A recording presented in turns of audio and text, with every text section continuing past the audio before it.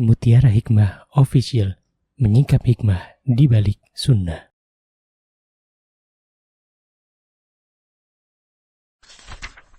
Salurkan donasi terbaik Anda untuk mendukung dakwah Mutiara Hikmah Official. Mari siapkan bekal akhirat kita. Jangan lewatkan kesempatan emas ini. Ayo kita berkontribusi dalam program pembangunan Masjid Mutiara Hikmah yang dibina langsung oleh Ustadz Hanan Yasir MA dan Ustazah Imro'atul Azizah. Raih pahala umroh setara haji dalam program Umroh Iktikaf Ramadan di tahun 2026. Perjalanan penuh makna, bimbingan penuh ilmu bersama Ustadz Hanan Yasir MA dan Ustazah Imro'atul Azizah. Tempat terbatas, daftarkan diri Anda sekarang juga. Jangan lewatkan sensasi umroh full faidah plus daurah fikih hijrah di bulan Syawal tahun 2026 bersama Ustadz Hanan Yasir MA dan Ustazah Imro'atul Azizah. Tempat terbatas, daftarkan diri Anda sekarang juga.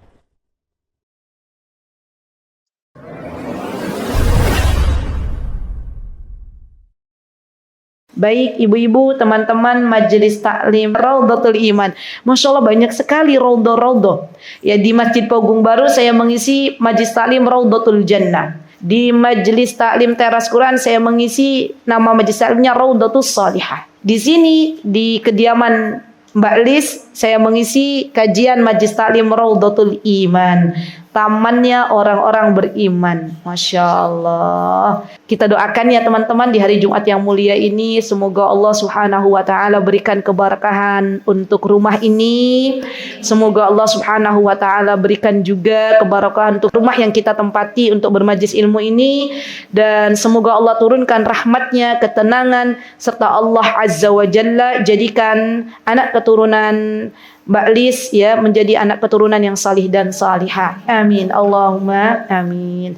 Jadi senangnya kalau hari Jumat itu pas waktu-waktu mustajab gitu ya. Alhamdulillah. Baik. Hari ini insyaallah kita perdana akan belajar bersama-sama kitab kecil. Kitabnya kecil tapi isinya padat ya. Dan kita akan ambil langsung bab pertama insyaallah. Tapi sebelum mengambil bab pertama, izinkan dulu saya kenalkan dulu nama kitabnya. Kenapa? Agar nanti teman-teman kalau pulang ke rumah ditanya sama bebeknya masing-masing, ya, Cin, tadi belajar apa, gitu ya? Teman-teman bilang, aduh belajar apa ya? Bukunya tuh kecil ya Pak. Bukunya kecil, judulnya 8 Nasihat Berharga Meraih Hidup Bahagia gitu ya. Minimal kita tahulah nama kitabnya apa. Nama kitabnya adalah Al-Wasailul Mufidah Lil Hayatis Sa'idah. Silakan teman-teman buka di paling depan. Ya, Al-Wasailul Mufidah Lil Hayatis Sa'idah. Siapa pengarang kitab ini? Pengarang kitab ini adalah Asy-Syaikh Abdurrahman bin Nasir As-Sa'di rahimahullahu taala. Jadi alhamdulillah walaupun kajiannya sebulan sekali Mbak Lis, tapi kita alhamdulillah dimudahkan oleh Allah untuk ngaji kitab. Kenapa Ustazah? Apa perbedaannya antara mengaji tematik dengan tidak ada rujukan kitab dengan adanya kitab? Mengaji dengan kitab itu lebih terstruktur. Mengaji dengan kitab itu kita lebih tahu arahnya kemana. Dan ketahuilah saudariku bahwa yang namanya kajian, yang namanya majlis ilmu, yang paling penting adalah bukan seberapa banyak ilmu yang kita dapatkan, tapi seberapa banyak amal yang kita terapkan di dalam kehidupan sehari-hari. Itulah ilmu yang bermanfaat. Jadi kalau kita ngaji banyak, kita mencatat, tapi ternyata sholat kita biasa saja. Tapi ternyata setelah kita kajian, kok hati kita makin gundah gulana, tidak ada ketenangan yang kita dapatkan. Berarti ada sesuatu yang salah di dalam kita mengaji. Kajian, mengaji bertujuan untuk semakin mendekatkan kita kepada Allah subhanahu wa ta'ala. Bukan semakin kita menjadi-jadi, semakin kita lancang di hadapan Allah subhanahu wa ta'ala, semakin kita berani bermaksiat kepada Allah, malu kita sama Allah. Allah zat yang telah memberikan kepada kita berbagai macam nikmat. Allah zat yang telah memberikan kepada kita nafas udara yang segar. tanpa alat bantuan. Di mana saudari-saudari kita yang ada di rumah sakit sana, mereka bernapas dengan alat bantu. Tapi dengan kemahabaikannya Allah, Allah berikan kepada kita udara yang segar tanpa kita memakai alat bantu. Bukankah itu adalah kebaikan yang Allah berikan kepada kita? Maka dari itu, di antara nikmat yang harus kita syukuri adalah datang ke majlis ilmu. Dan bagaimana cara mengaplikasikan dalam kehidupan sehari-hari agar Allah memberikan manfaat dalam ilmu ini, kita bersama berikhtiar semampu kita mengamalkan apa yang telah kita dapatkan di dalam majlis ilmu. Baik, teman-teman yang saya cintai karena Allah, tadi siapa nama mualifnya? Ya, ini kayaknya kepanjangan. Ya, orang Indonesia itu sukanya kalau nama disingkat-singkat. Ya, namanya Abdullah dipanggilnya Dul. Iya enggak? Pak Dul. Ya kan? Makanya ketika saya nanti membacakan Syekh Abdurrahman bin Nasir As-Sa'di, berat ya. Beliau biasa terkenal dengan panggilan Syekh Sa'di. Nah, mudah kan? Jadi nanti kalau ditanya sama bebeknya masing-masing yang sudah punya bebek, ya, yang belum saya doakan semoga Allah Azza wa Jalla berikan pasangan hidup yang salih. Amin. Allahumma amin. Ya, maka namanya, pengarang kitabnya namanya, beliau adalah Syekh Sa'di rahimahullahu ta'ala. Baik. Nah, Syekh Sa'di ini teman-teman, sedikit saya izin menyampaikan sedikit ya Mbak Lis ya, tentang siapa sih Syekh Sa'di. Syekh Sa'di ini teman-teman, beliau adalah seorang ulama dari Unaizah. Jadi beliau ini seorang ulama yang sangat luar biasa. Punya ilmu yang Allah berikan sangat banyak kepada beliau. Hampir beliau mirip dengan Syekh Utsaimin. Kalau kemarin kita belajar di Masjid Purwosari Al-Hidayah, Masjid Al-Hidayah Purwosari, itu kita pakai kitab tentang darah wanita, pakai kitabnya Syekh Utsaimin. Nah, Syekh Utsaimin itu adalah seorang ulama yang Allah berikan ilmu yang banyak, sama dengan Syekh Sa'di rahimahullahu taala. Syekh Sa'di juga Allah berikan ilmu yang sangat banyak, Masya Allah. Beliau ahli di berbagai macam ilmu, baik itu ilmu tafsir, ilmu akidah, ilmu fikih, dan ilmu tazkiyatun nufus. Ya, hampir mirip juga dengan Imam Ibnul Qayyim rahimahullahu taala. Jadi saya itu senang ibu-ibu, teman-teman, kalau membahas kitabnya Syekh Sa'di, membahas kitabnya Syekh Utsaimin, membahas kitabnya Ibnul Qayyim, maka di situ ada bahasa-bahasa yang sederhana untuk bisa kita kaji. Berbeda dengan kitab-kitabnya ulama-ulama zaman dahulu kala. Ya, ulama-ulama zaman dahulu sekelas Imam Bukhari, sekelas Imam Muslim, sekelas Syekhul Islam Ibnu Taimiyah, ya, mereka adalah ulama-ulama yang terdahulu, muqaddim. Dan beliau biasanya kalau bikin kitab itu bahasanya lebih kental, lebih berat gitu ya. Kemudian ibu-ibu yang saya cintai karena Allah, Syekh Sa'di ini beliau punya banyak karya tulis ilmiah ya. Ibu-ibu, teman-teman, kenapa ulama-ulama zaman dahulu itu mereka sangat bersemangat menulis buku? Ada yang tahu jawabannya? Kenapa, Bu? Jadi amal jariah. Betul jawabannya. Ada lagi? Kenapa para ulama mereka semangat menulis berbagai macam kitab atau berbagai macam buku? Betul, menjadi amal jariah. Ada lagi? Menyebarkan ilmu. Betul, Masya Allah, barakallahu fi. Ya, karena kalau ilmu ya dibukukan, yang membaca lebih luas, gitu kan ya? Ya. Ada lagi? Boleh saya tambahkan ya? Karena mereka berpikir mereka harus punya usia kedua. Kita nggak pernah tahu usia kita itu sampai kapan, ibu-ibu. Kita nggak pernah tahu check out kita dari dunia itu sampai kapan. Kita nggak pernah tahu jatah waktu yang Allah berikan kepada kita di dunia ini sampai kapan. Para ulama, orang-orang yang cerdas, mereka diberikan oleh Allah Subhanahu wa taala petunjuk. Mereka berpikir ketika mereka sudah berada di kubur, mereka ingin ada amal solih yang pahalanya sampai di kubur mereka. Maka dari itu mereka menulis kitab, mereka menulis buku. Pertanyaan untuk diri kita masing-masing, yuk, bekal apa yang sudah kita tulis, yang sudah kita kerjakan untuk usia kedua kita. Mari kita menjadi hamba-hamba Allah yang berpikir lebih dalam lagi. Akankah kita dikubur, teman-teman, sendirian dan tidak ada lagi pahala yang kita dapatkan? Tentu itu kita tidak mau. Kita inginnya ketika kita dikubur, transferan pahala akan terus kita dapatkan. Mari kita renungkan bersama-sama, evaluasi diri kita masing-masing. Apa yang sudah kita tinggalkan untuk kaum muslimin dan untuk anak-anakku? Sepeninggalku apa yang mereka dapatkan? Adakah di antara kebaikan yang masih bisa langgeng sepeninggalku? Atau ketika saya meninggal dunia sudah terputus semua amalku? Nah, itu menjadi bahan evaluasi diri kita masing-masing. Dan ketahuilah bahwa usia itu teman-teman tidak harus menunggu, ya, ajal itu tidak harus menunggu kita tua terlebih dahulu. Kemarin saya sampaikan di kajian KUY bahwa ada salah satu jamaah usianya 47 tahun. Itu tua atau muda? Muda. 47 tahun setelah menuntut ilmu di waktu asar, pada asar menuntut ilmu tahsin, belajar tahsin, pukul 5 selesai belajar, pukul 5:30 Allah cabut nyawa beliau. Sebelum beliau sampai ke rumah, beliau belajar dalam keadaan sehat walafiat. Tidak ada sakit dan tidak ada permulaan apa gitu, tidak ada. Sehat walafiat. Itulah ajal. Maka kita harus belajar, berpikir, baik ini nasihat untuk diri saya dan teman-teman semuanya. Apa yang saya tinggalkan ketika saya sewaktu-waktu diambil oleh Allah Subhanahu wa taala? Adakah sesuatu yang bisa kita lakukan dan kita tinggalkan untuk anak-anak keturunan kita, untuk halayak, ya, yang seharusnya bisa mengambil manfaat dari dalam diri kita masing-masing. Dan itu menjadi PR, silahkan dijawab masing-masing. Baik, Syekh Sa'di rahimahullah ta'ala, beliau banyak sekali menulis banyak kitab teman-teman.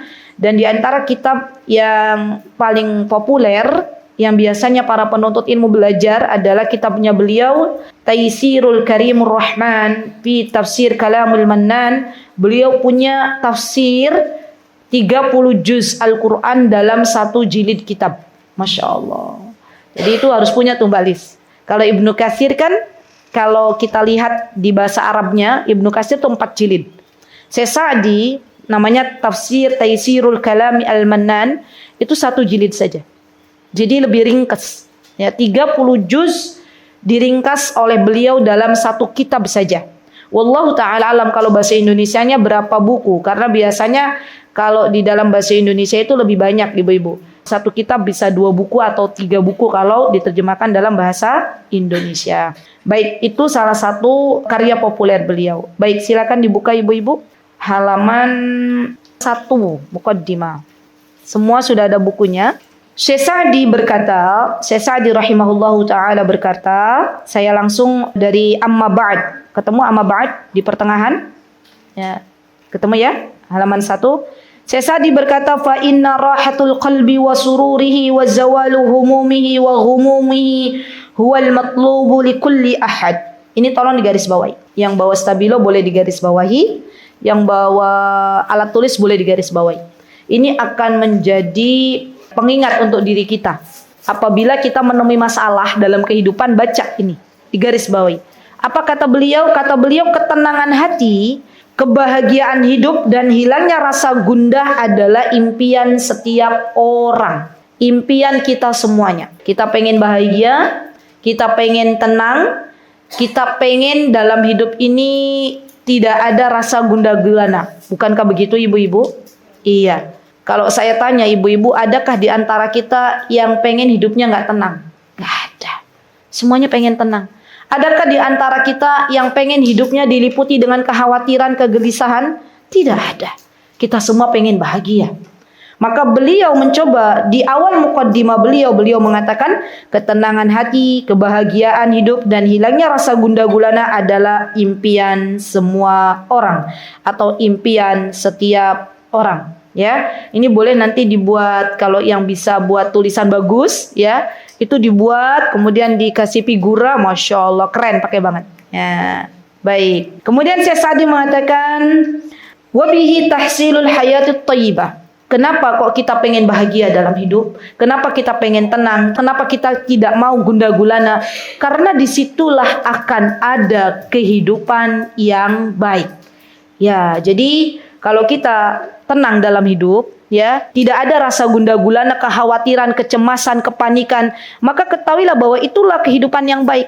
Contoh ya teman-teman, contoh real. Teman-teman pernah nggak berteman dengan salah satu orang yang hidupnya itu panikan, punya bestie tapi hidupnya nggak pernah tenang, panikan, hidupnya tuh selalu mengeluh dan mengeluh. Kira-kira kita sebagai bestinya ikut tenang atau akhirnya lama-kelamaan jadi ikut panik? Hah? Ikut capek, ikut lelah, ikut panik gitu kan? Ya, beda lagi. Teman-teman punya bestie, masya Allah, Allahumma barik, bestinya ini solihah. Ya, Kalau kita bilang apa, bestinya bilang, tenang, ada Allah, gitu kan. Tenang, masalahmu nggak seberapa, insya Allah Allah akan tolong. Tenang bestiku, masih ada surga yang menjadi harapan kita semuanya. Waduh, Masya Allah. Kira-kira, kalau boleh teman-teman pilih, mau pilih besti yang pertama atau yang kedua? Yakin, yakin. Tapi masalahnya kita banyaknya besti yang pertama atau yang kedua? Hah? Kedua, Alhamdulillah, Masya Allah. Bestinya yang kedua, kita yang pertama. Ya Allah, itu dibalik-balik ya Allah. Pesan saya teman-teman, di akhir zaman ini, ya di banyaknya fitnah yang menyambar-nyambar, baik itu fitnah syahwat, fitnah syubhat, maka saya berpesan kepada teman-teman, kalau Allah sudah mengaruniakan besti yang solihah, pegang erat-erat. Jangan mudah dilepaskan. Belum tentu di luar sana itu ada besti sesolihah besti kita. Gitu loh.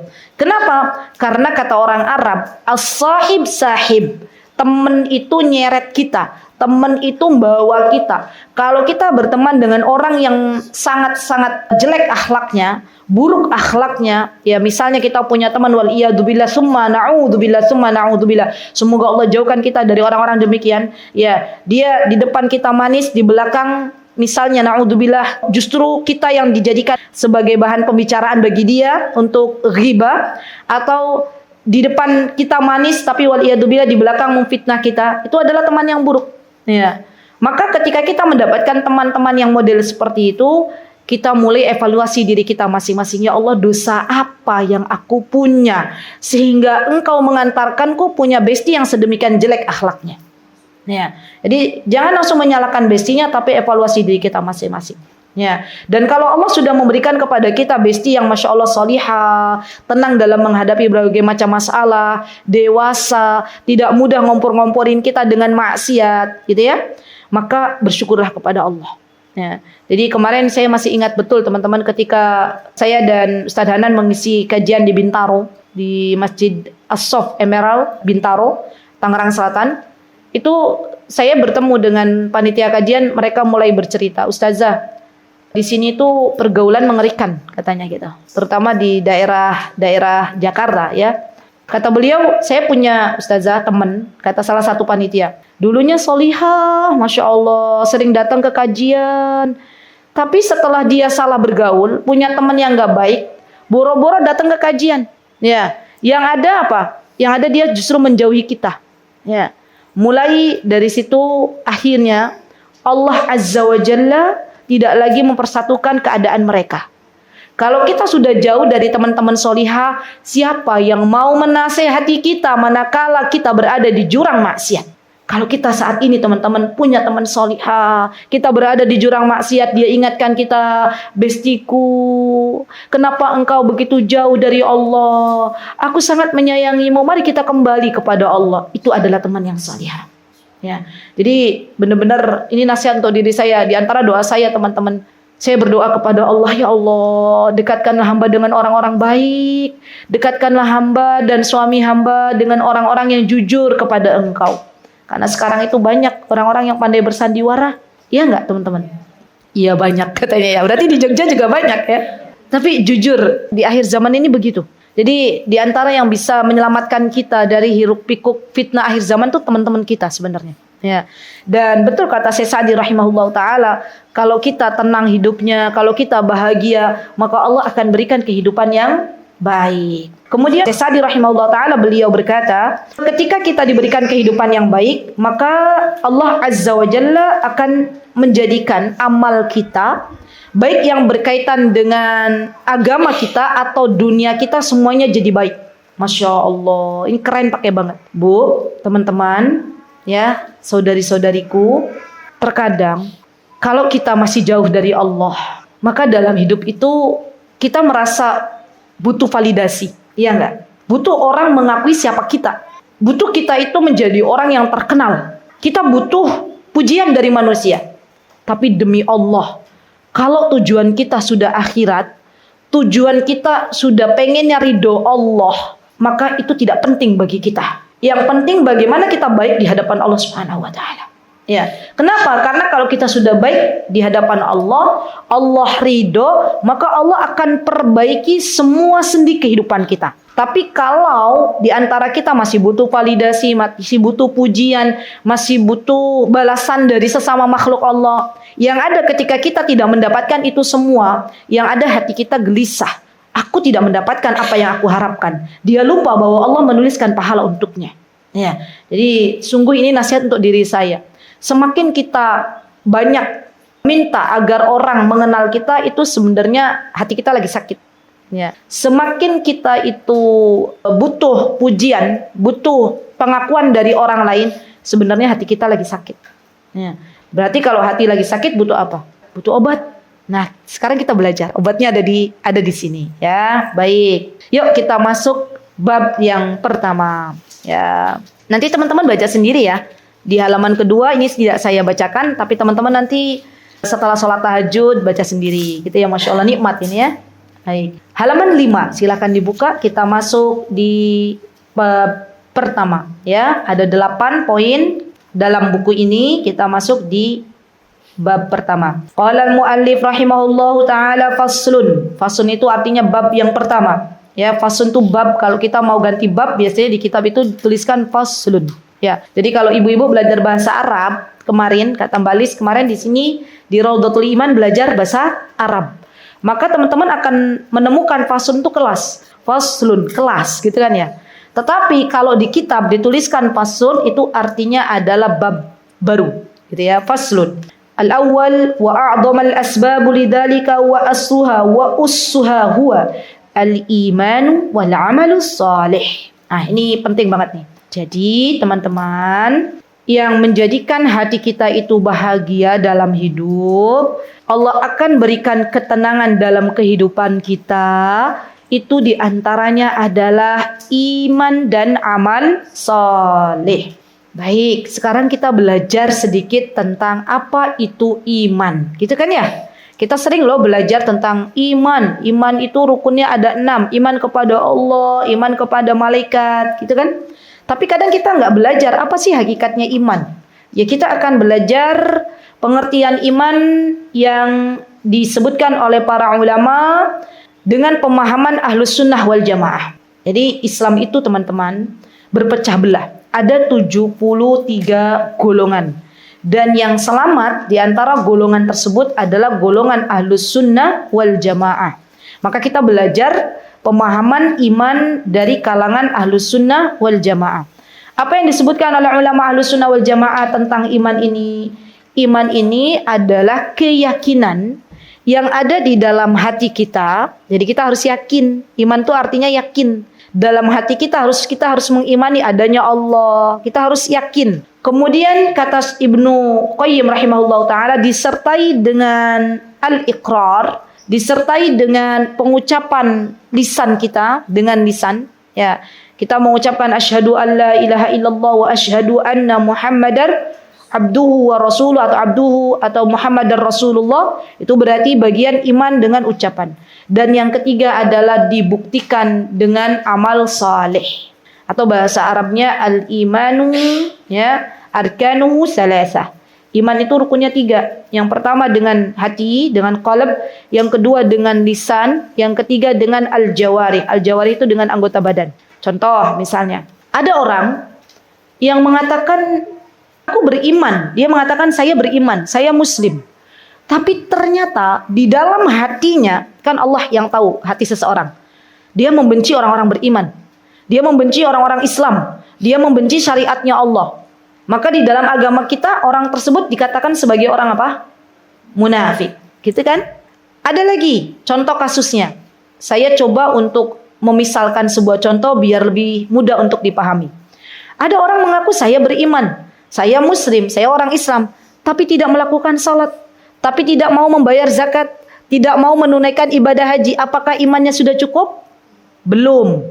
Kenapa? Karena dia belum membuktikan keimanan yang ada di dalam hatinya disertai dengan ucapan yang diucapkan dengan lisannya.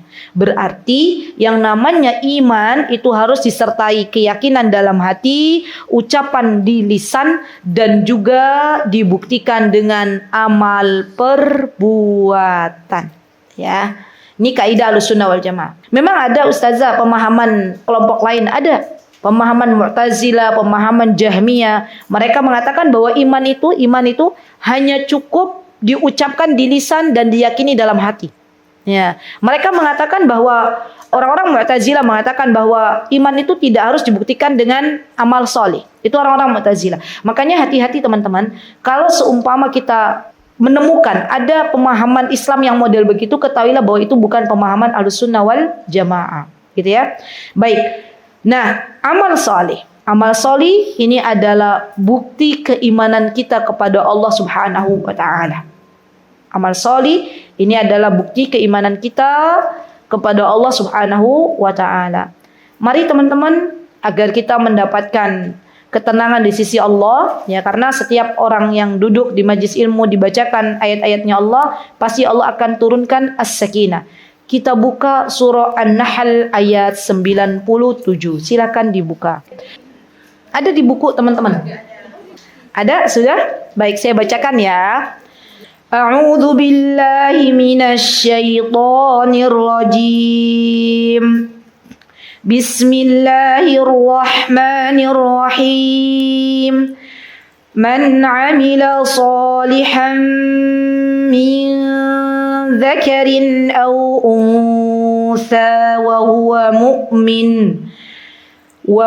mu'min falanuhyiyannahu hayatan thayyibah wa lanajziyannahum ajrahum bi ahsani ma kanu ya'malun.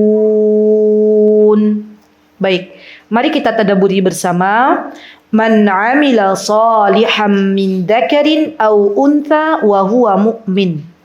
Kata Allah Subhanahu wa Ta'ala, barang siapa yang mengerjakan amal salih, baik itu adalah laki-laki, zakar dalam bahasa Arab itu laki-laki, au unsa ataupun perempuan, dengan syarat wa huwa mu'min, dan dia adalah orang-orang beriman. Berarti yang mengerjakan amal solih ini seorang yang mukmin atau mukminah, gitu kan ya, orang beriman. Orang beriman kalau laki-laki disebut mukmin, kalau perempuan disebut mukminah. Dan mukmin dan mukminah ini levelnya dalam agama kita teman-teman lebih tinggi daripada muslim dan muslimah. Jadi di dalam agama kita tingkatan itu ada Islam, ada iman, ada ihsan. Yang paling tinggi itu ihsan. Ihsan itu ada pada level ketika kita melakukan segala sesuatu kita merasa diawasi oleh Allah Subhanahu wa Ta'ala, itu sudah ihsan. Berarti orang yang berbuat ihsan di kalangan wanita disebut muhsinah, gitu kan? Berarti yang pertama itu muslim dan muslimah, yang kedua mukmin dan mukminah, yang ketiga muhsin dan muhsinah. Saya izin sedikit menjelaskan satu persatu. Begini, kalau ada orang mengaku dirinya aku tuh orang Islam, berarti dia disebut sebagai pintar. Kalau perempuan, oke. Walaupun mungkin ada sebagian sholat yang dia tinggalkan, sholatnya bolong-bolong, tapi nggak seluruh ya. Sholatnya kadang subuhnya dikerjakan, kadang enggak. Maka kata para ulama, orang yang sholatnya begini nih, ya masih disebut sebagai orang muslim dan muslimah. Dan kita tidak boleh mengkafirkan orang-orang yang mengaku bahwa Allah adalah Rabbnya dan Rasulullah SAW adalah utusannya. Kita tidak boleh memudah-mudahkan untuk kita mengatakan dia kafir. Tidak boleh, sama sekali tidak boleh. Hati-hati, hati-hati. Ketika dia mengatakan bahwa Allah adalah Rabbku, Ka'bah adalah arah kiblatku, Nabi Muhammad adalah nabiku, maka kita menghukumi orang tersebut sebagai muslim dan muslimah. Walaupun tadi ada beberapa syariat atau ada beberapa amalan yang tidak dikerjakan. Ya, baik. Kemudian level selanjutnya yang lebih tinggi adalah mukmin dan mukminah. Apa ini mukmin dan mukminah? Orang-orang Islam yang dia melakukan berbagai macam amal sholih. Salatnya dijaga, zakatnya ditunaikan, hajinya ditunaikan, ibadah bulan Ramadannya juga ditunaikan. Nah, berarti yang ini disebutnya apa? Mukmin dan mukminah. Levelnya lebih tinggi. Dan dia menjaga syariat Allah Azza wa Jalla. Baik, sudah? Nah, yang mukmin dan mukminah ini teman-teman, terkadang mereka juga melakukan dosa, melakukan maksiat. Iya enggak? Maka level yang selanjutnya yang lebih tinggi adalah muhsin dan muhsinah. Di mana orang-orang yang muhsin dan muhsinah di dalam kehidupannya merasa diawasi oleh Allah Subhanahu wa taala. Jadi walaupun sama-sama bermaksiat antara orang-orang beriman dengan orang-orang yang ihsan, tetapi levelnya lebih sedikit orang-orang yang sudah mencapai derajat ihsan. Ya, karena orang-orang beriman ini kadang kita lupa bahwa Allah yang mengawasi kita. Tapi orang-orang yang ihsan, dia senantiasa merasa bahwa Allah mengawasi, tapi kadang jebakan setan menjadikan dia bermaksiat. Kan kita nggak ada ya teman-teman, baik itu saya maupun teman-teman semuanya, nggak ada satupun dari kita yang tidak pernah melakukan dosa. Yang tidak pernah melakukan dosa boleh angkat tangan, nanti dikasih hadiah sama Mbak Lis. Ada? Tidak ada, semua kita bermaksiat. Hanya levelnya aja berbeda-beda. Ada muslimah, ada mukminah, dan ada muhsinah. Nah, kita berdoa sama Allah, ya Allah jadikanlah hamba seorang yang muhsinah, orang yang senantiasa merasa diawasi oleh Engkau. Baik. Allah Subhanahu wa taala berjanji bagi setiap orang-orang yang beriman kepada Allah, kemudian dia beramal sholih, yaitu orang-orang mukminah ini, ya baik itu mukmin maupun mukminah, kalau dia sudah benar-benar menjadi orang-orang yang melakukan amal sholih, maka Allah pasti akan berikan ini. Di dalam kehidupannya Allah akan berikan falanuhyiyannahu hayatan thayyibah. Allah akan berikan kehidupan yang baik. Tolong digarisbawahi, ini janjinya Allah. Janjinya Allah. Jadi seharusnya orang beriman tuh nggak ada rasa takut sama Allah. Nggak ada rasa khawatir dalam menghadapi kehidupan ini. Kenapa? Karena Allah Azza wa Jalla yang akan menjamin kehidupannya. Kan Allah yang akan berikan hayatan thayyibah. Allah akan berikan kehidupan yang baik. Dan kita yakin bahwa Allah tidak akan pernah menyalahi janjinya. Pasti Allah akan berikan. Dengan syarat tadi kita beriman dan beramal saleh.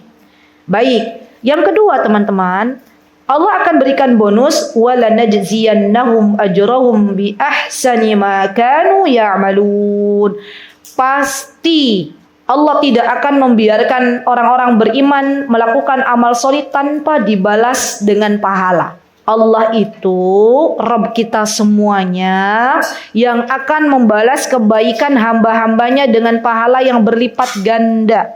Allah itu zat kita semuanya yang akan membalas keburukan hamba-hambanya yang melakukan berbagai macam kedoliman.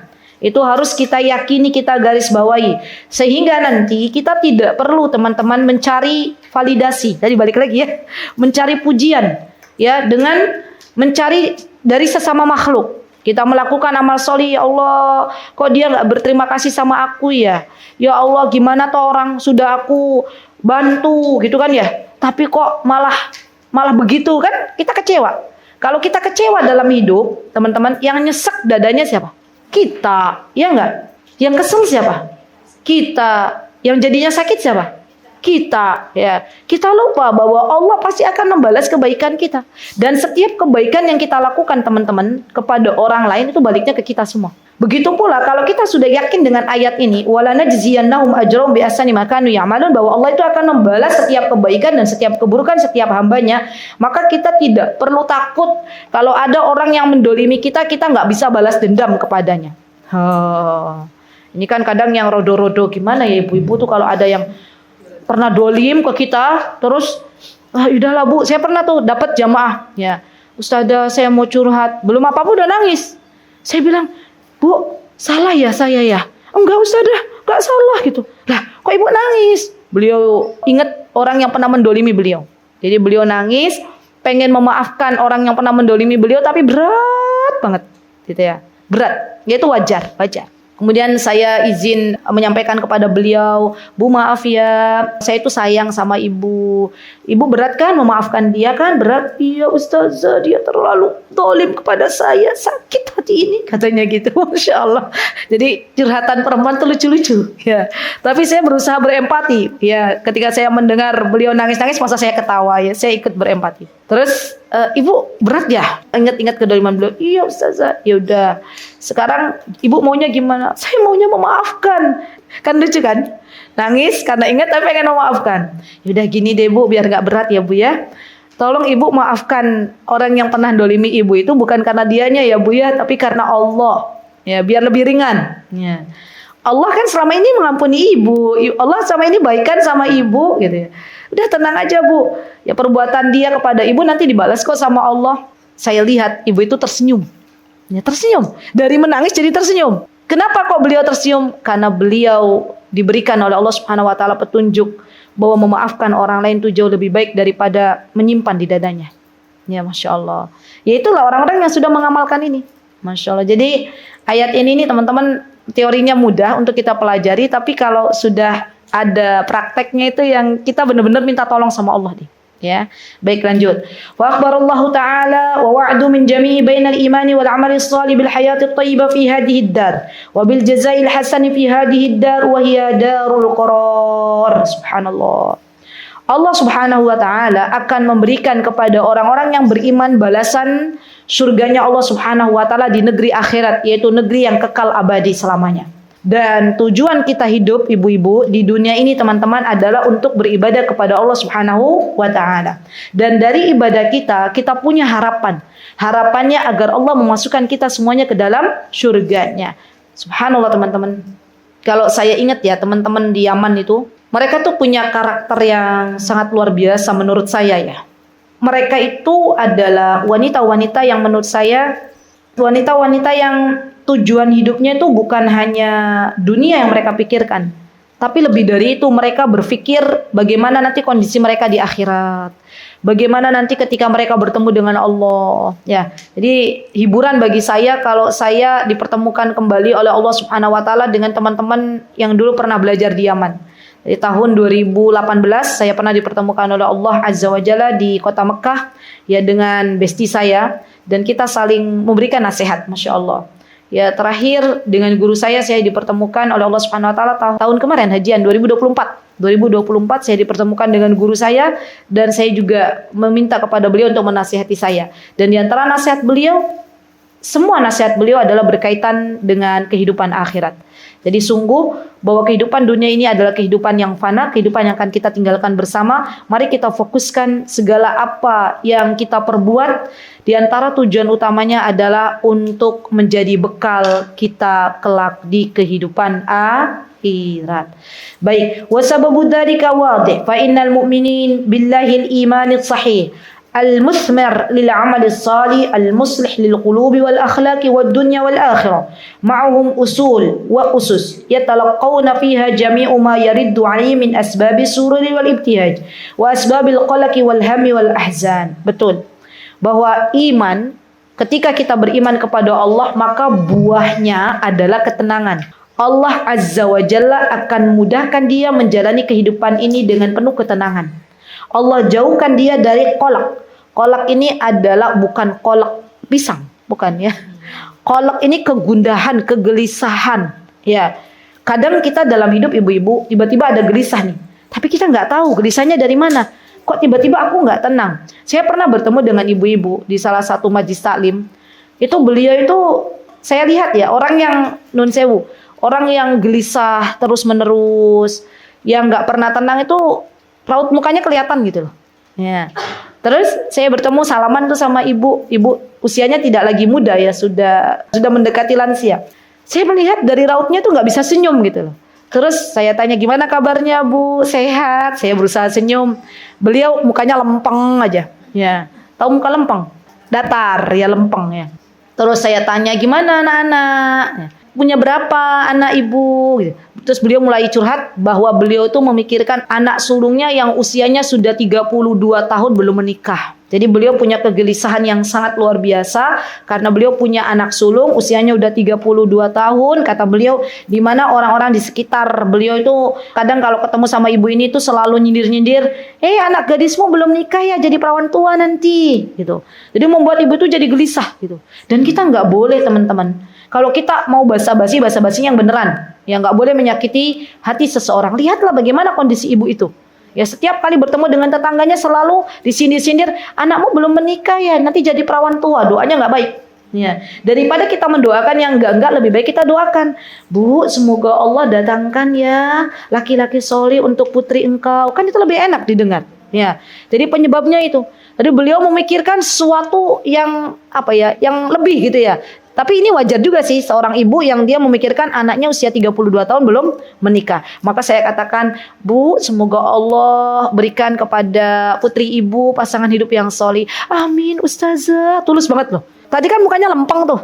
Ya, setelah curhat tuh beliau, amin, Ustazah, jazakumullah khair doanya gitu. Masya Allah. Lihat, menyenangkan hati seseorang itu mudah. Dan apabila kita itu pandai-pandai menyenangkan orang, maka Allah akan senangkan hidup kita. Dengan apa? Dengan perbuatan baik, dengan lisan baik, dengan kata-kata baik. Dan kata-kata baik itu terhitung sedekah di hadapan Allah Subhanahu wa taala. Ya, baik. Kemudian di sini yatalaqanal muhabi wal masar biqubuliha wa syakara 'alaiha wa isti'maliha fima yanfa'. Fa idza ista'maluha 'ala hadzal wahj ahdatsu lahum minal ibtihaj biha wat tama' fi baqaiha wa barakatiha wa raja thawabu syakirin umuran 'azima tawaffuqu bi khairatiha wa barakatiha hadhihi al-masrat allati hiya thamratiha. Subhanallah, orang-orang yang beriman dan beramal salih, maka Allah akan berikan dalam kehidupannya barokah. Baik, kita akan belajar nih apa itu barokah. Begini teman-teman, dalam bahasa Arab, barokah itu artinya adalah mazidul khair. Mazidul khair itu artinya dalam bahasa Indonesia adalah bertambahnya kebaikan. Bertambahnya kebaikan. Contoh, saya berikan contoh ya. Allah Subhanahu wa taala memberikan kebarokahan dalam waktu seorang hamba, ya. Begitu ya contohnya. Maka hamba tersebut bangun dalam keadaan Allah jadikan mengingat Allah Subhanahu wa taala. Baca doa alhamdulillahilladzi ahyana ba'dama amatana wa ilaihin nusyur. Bahkan terkadang ya, hamba tersebut kalau sudah biasa qiyamul lail, biasa tahajud, kemudian tidak dibangunkan sama Allah. Kalau Allah berikan keberkahan di dalam usianya, maka ketika dia terbangun dari tidur, dia akan menyesal. Ya Allah, dosa apa yang aku perbuat kemarin siang sampai engkau tidak bangunkan aku untuk sholat malam. Kata Imam Ibnul Qayyim, orang yang demikian itu lebih baik keadaannya daripada orang yang bangun tidur setelah dia melakukan tahajud di malam harinya, kemudian dia berkata kepada suaminya yang ada di sampingnya yang nggak bangun malam, misalnya dia bangun tidur lihat suaminya masih mendengkur, terus dia bilang pada dirinya, suamiku masih mendengkur, aku loh tadi malam sholat malam. Itu tuh nggak baik. Ya, kata Imam Ibnul Qayyim, lebih baik yang tadi, hamba yang dibangunkan oleh Allah, ya biasanya sholat malam, tidak dibangunkan oleh Allah sholat malam, kemudian dia menyesal. Ya Allah, dosa apa yang aku perbuat kemarin siang sampai engkau tidak bangunkan aku untuk sholat malam. Karena kata Imam Ibnul Qayyim, kalau ada seorang hamba tidak dibangunkan sholat malam, sudah pasang alarm, alarmnya bunyi, ding, ding, ding, ding, dia matikan tuh alarm, ya berarti itu disebabkan karena dosa-dosa yang dilakukan oleh diri kita di siang hari. Gitu. Jadi kira-kira ada enggak tuh yang begitu ibu-ibu? Yang sudah pasang alarm. Ya Allah, aku udah pasang alarm jam 3:30 bangun, jam 3 bangun, alarm bunyi ding ding ding ding ding ding ding ding. Terus kita bangun, bener bangun. Tapi bangunnya untuk apa? Dan enggak bangun sampai subuh nanti. Ya. Nah, Allah akan kasih barokah. Pertama, dia diingatkan oleh Allah menyesal. Yang kedua, setelah dia bangun tidur, Allah mudahkan dia sholat subuh. Maka itu kan barokah. Setelah sholat subuh, Allah mudahkan untuk berzikir kepada Allah. Itu juga barakah. Allah tambah kebaikan dalam hidupnya. Setelah dia berzikir, Allah mudahkan untuk zikir pagi. Hati-hati ibu-ibu Ya, ini nasihat untuk diri saya dan teman-teman semuanya. Di antara jebakan syaitan adalah menunda-nunda kita untuk zikir pagi. Ya. Kadang kita bilang, nanti deh zikir paginya sambil nyetir. Sambil ngantar anakku sekolah. Kan sembari nyetir, sembari zikir pagi. Bu, lagi nyetir teman-teman, zikir pagi, fokus apa enggak? Enggak fokus. Entah itu enggak fokus nyetirnya atau enggak fokus zikir paginya. Padahal zikir itu bukan hanya sesuatu yang diucapkan dari lisan, tetapi perlu kita juga merenungkan di dalam hati kita, dibarengi dengan tadabbur, gitu ya. Di pagi hari orang-orang yang diberikan keberkahan waktu oleh Allah, dia akan melakukan banyak hal yang bermanfaat, banyak melakukan amal soleh. Ada orang sakit di pagi hari itu dia tengok, ya. Ada orang meninggal dunia dia ikut menyolati jenazahnya. Masya Allah. Contoh real dari sahabat yang Allah berikan keberkahan dalam hidupnya adalah Abu Bakar As-Siddiq radhiyallahu anhu. Abu Bakar ketika beliau datang kepada Rasulullah SAW, kemudian datang para sahabat duduk di hadapan Rasulullah SAW. Rasulullah bertanya, wahai para sahabat-sahabatku, siapa di antara kalian yang sudah menengok orang sakit? Abu Bakar mengatakan, saya ya Rasulullah. Siapakah di antara kalian yang sudah menyolati jenazah? Saya ya Rasulullah. Siapa di antara kalian yang sudah memberikan makan kepada fakir miskin? Kata Abu Bakar berkata apa? Saya ya Rasulullah. Masya Allah. Jadi pagi harinya Abu Bakar itu teman-teman, beliau menjalani kehidupannya dengan banyak-banyak beramal soleh. Itulah orang yang diberikan keberkahan oleh Allah. Ada enggak teman-teman hamba Allah di pagi hari boro-boro bangun untuk sholat subuh? Yang ada bangunnya setelah terbit matahari. Ya, kira-kira ada nggak di belahan buminya Allah yang seperti itu? Bangun sudah terbit matahari, bukannya langsung wudhu, langsung sholat. Yang ada apa? Nyekrol media sosial. Ini zaman sekarang, ya kan? Berarti kalau demikian Allah belum berikan keberkahan dalam hidupnya. Jadi bersyukurlah kepada Allah, manakala Allah ya sibukkan kita teman-teman di pagi hari itu dengan berbagai macam amal soleh. Berarti kita berdoa dan berharap semoga di sisa harinya Allah berikan keberkahan untuk kehidupan kita. Dan salah satu ya amal soleh yang bisa membantu kita diberikan keberkahan dalam sisa waktu itu adalah mulailah awal hari kita dengan membaca Al-Quran.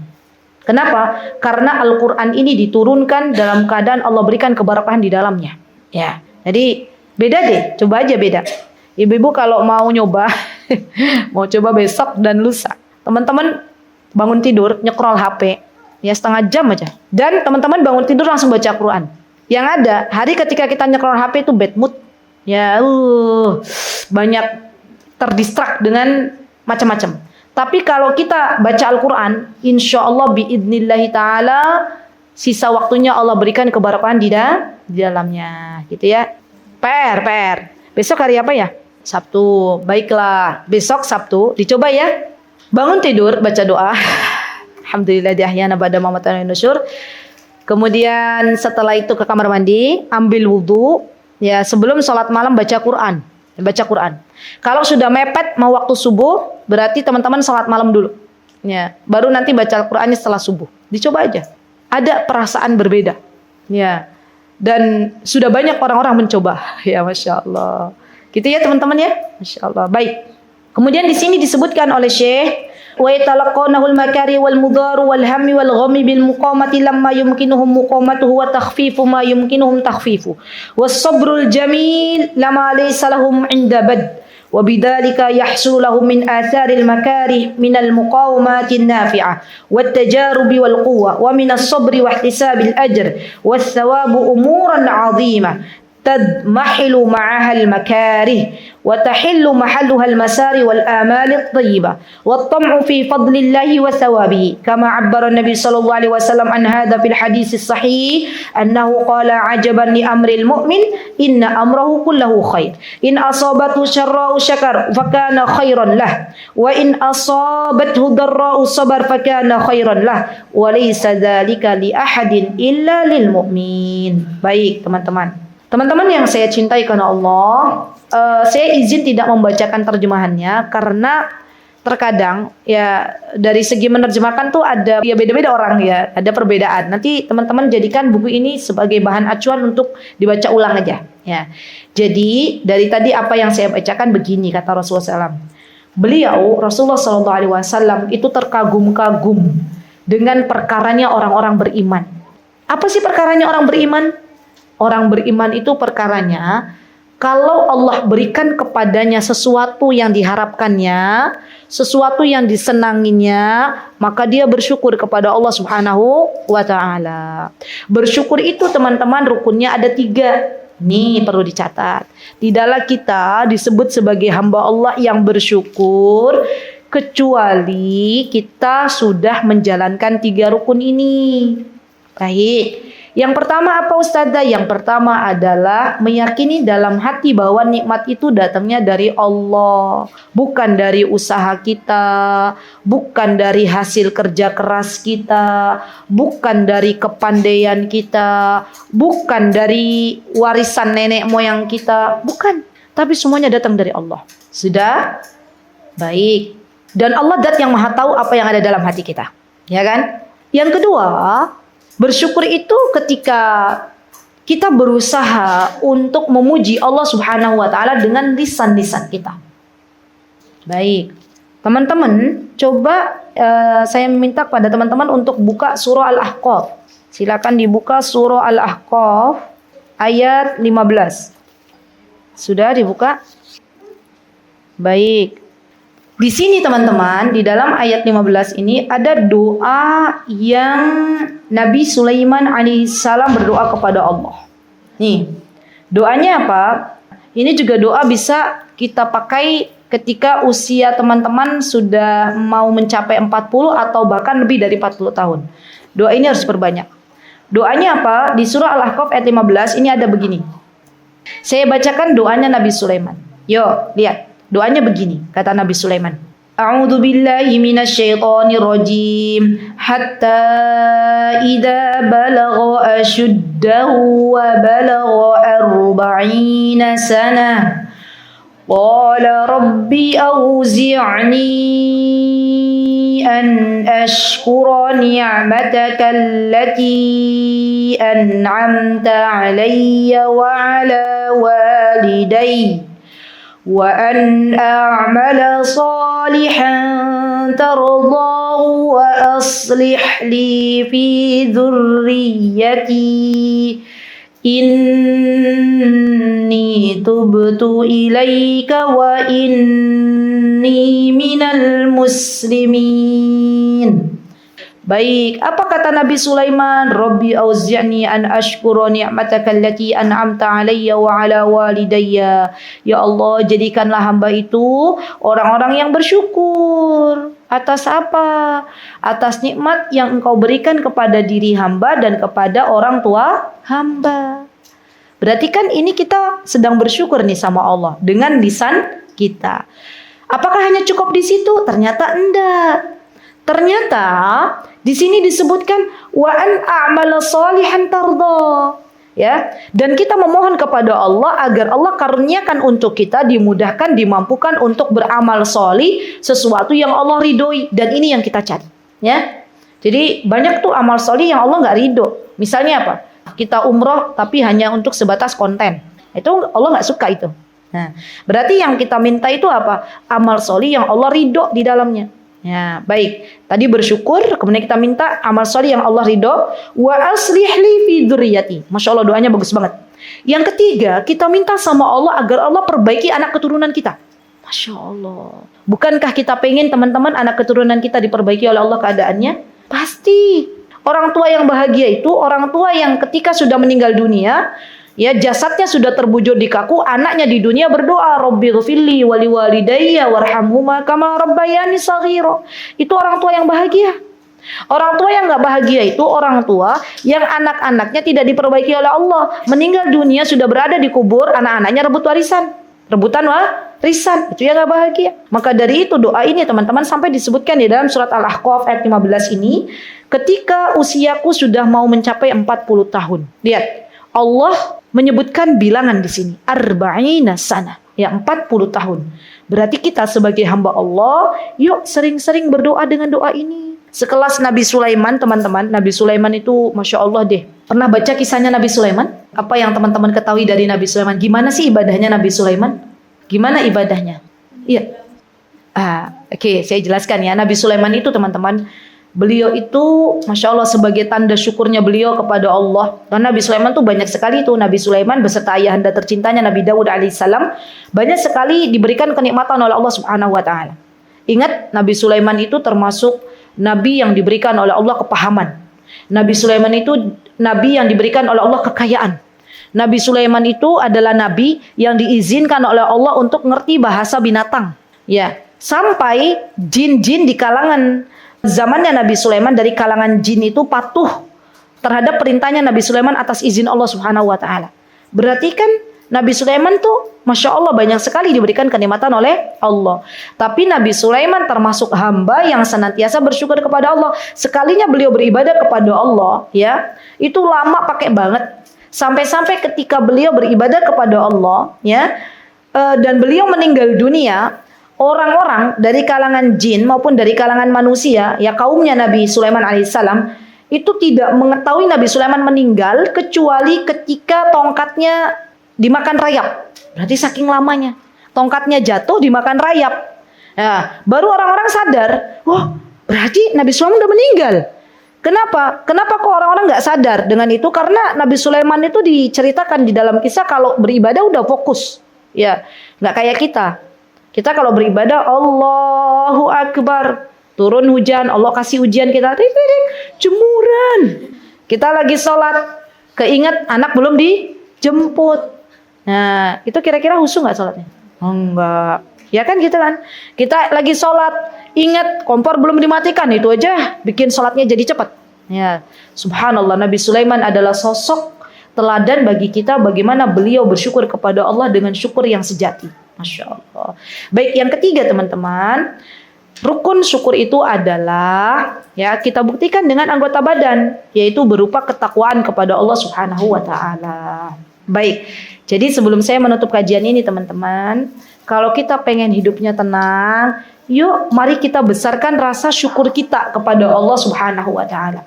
Banyak di antara diri kita termasuk saya, ya saya tunjuk saya, yang kadang kita itu lelah, dibikin lelah hidup kita itu karena kita belum bisa mensyukuri atas nikmat yang Allah berikan kepada kita.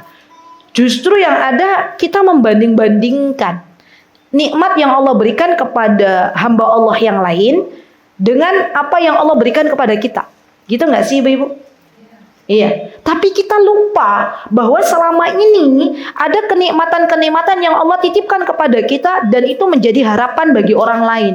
Contoh, real contoh. Siapa yang memberikan kepada kita telinga? Allah. Siapa yang memberikan kepada kita pendengaran? Allah. Nikmat atau enggak? Nikmat. Tapi kita jarang sadar bahwa itu nikmat.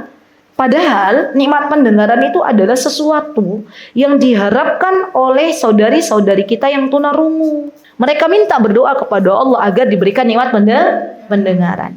Nikmat penglihatan. Siapa yang memberikan? Selama ini kita bisa melihat, bisa berjalan tanpa alat bantu, tongkat. Siapa yang memberikan? Allah. Tapi kadang kita nggak sadar bahwa ini adalah nikmat dari Allah. Dan nikmat yang Allah berikan kepada kita berupa penglihatan, ternyata ini adalah nikmat yang dirindukan oleh saudari-saudari kita yang tunanetra. Subhanallah. Bu, yuk kita mulai syukuri ya. Dari hal-hal kecil aja. Teman-teman, saya pernah bertemu dengan salah satu jamaah di Masjid Firdaus. Saya mengisi di sana di hari Rabu pekan pertama, Muslimah Firdaus. Itu saya pernah ketemu dengan ibu ya, dan ibu itu cerita. Dan saya juga pernah merawat salah satu saudara yang terkena kanker, di mana beliau itu merasakan ketika Allah uji beliau dengan penyakit kanker, beliau nggak bisa minum air putih dari lisannya beliau. Kenapa? Karena lisannya beliau itu penuh dengan sariawan, ya.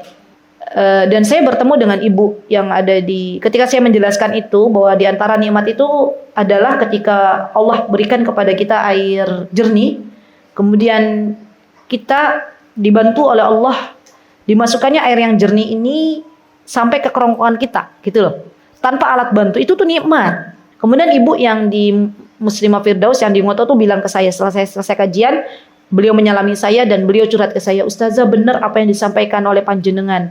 Saya tuh Ustazah pernah diuji oleh Allah dengan sakit kanker juga.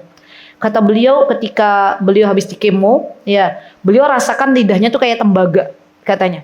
Susah masuk air tuh rasanya sulit, walaupun cuma air putih katanya. Dan ternyata teman-teman, kita itu kadang memakan sesuatu atau meminum sesuatu, kita itu lupa bersyukur kepada Allah Subhanahu wa taala. Yang ada tuh kita justru mengeluh kepada Allah, ya Allah kenapa sih kok lauknya ini lagi gitu ya. Kenapa airnya hanya ini dan ini dan ini? Padahal itu sungguh itu adalah nikmat. Ya, ketika kita bisa meneguk air putih, kita rasakan benar-benar rasakan sampai masuk ke kerongkongan tuh kita bilang gini, alhamdulillah. Wallahi ada sesuatu yang akan kita rasakan berbeda dalam tubuh kita. Jadi kalau kita makan itu ilmu apa ya? Saya tuh pernah ngobrol dengan salah satu teman, dia tuh punya ilmu holistik di mana katanya kalau ada orang makan asal makan dengan orang yang dia makan tuh diliatin dulu makanannya. Saya tuh punya temen yang kalau mau makan itu sampai diliatin makanannya, dipikir tuh ini makanan halal toyib nggak ya, gitu katanya. Oh oke, halal. Tapi kayaknya nggak toyib ini, mengandung gula, mengandung tepung, beliau nggak makan. Iya, beliau tuh sampai berpikir gini, oh ini tuh makanan itu nanti menguatkan saya untuk beribadah kepada Allah atau justru membuat badanku sakit ya, gitu. Kalau itu makanannya protein, sayuran, beliau makan. Itu ada loh orang-orang yang seperti itu.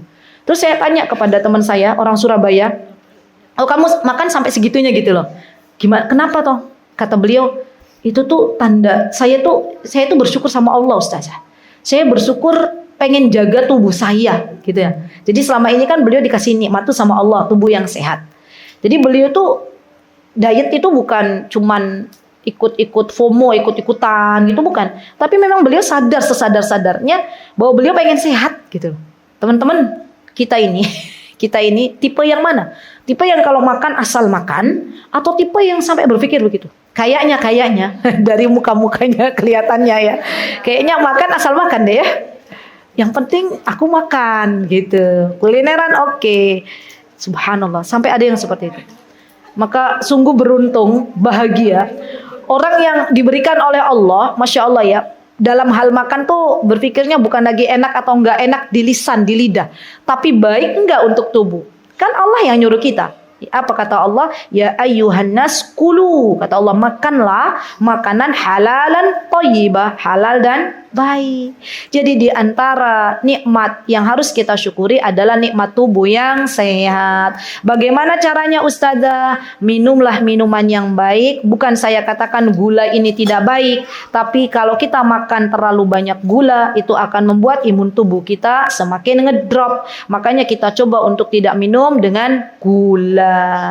Ya, dan tadi ya, makanan kita harus berpikir bahwa tidak semua makanan bisa masuk ke dalam tubuh kita. Pikirkan baik-baik apakah itu baik atau tidak untuk tubuh kita. Begitu teman-teman. Wallahu taala alam, itu yang bisa saya sampaikan. Jikalau ada kebenaran tentunya datang dari Allah Subhanahu wa taala. Jikalau ada kesalahan, saya mohon maaf yang sebesar-besarnya. Aqulu qouli hadza wa astaghfirullah li wa lakum wa akhiru da'wana alhamdulillahirabbil alamin. Assalamualaikum warahmatullahi wabarakatuh. Mutiara Hikmah Official, menyingkap hikmah di balik sunnah.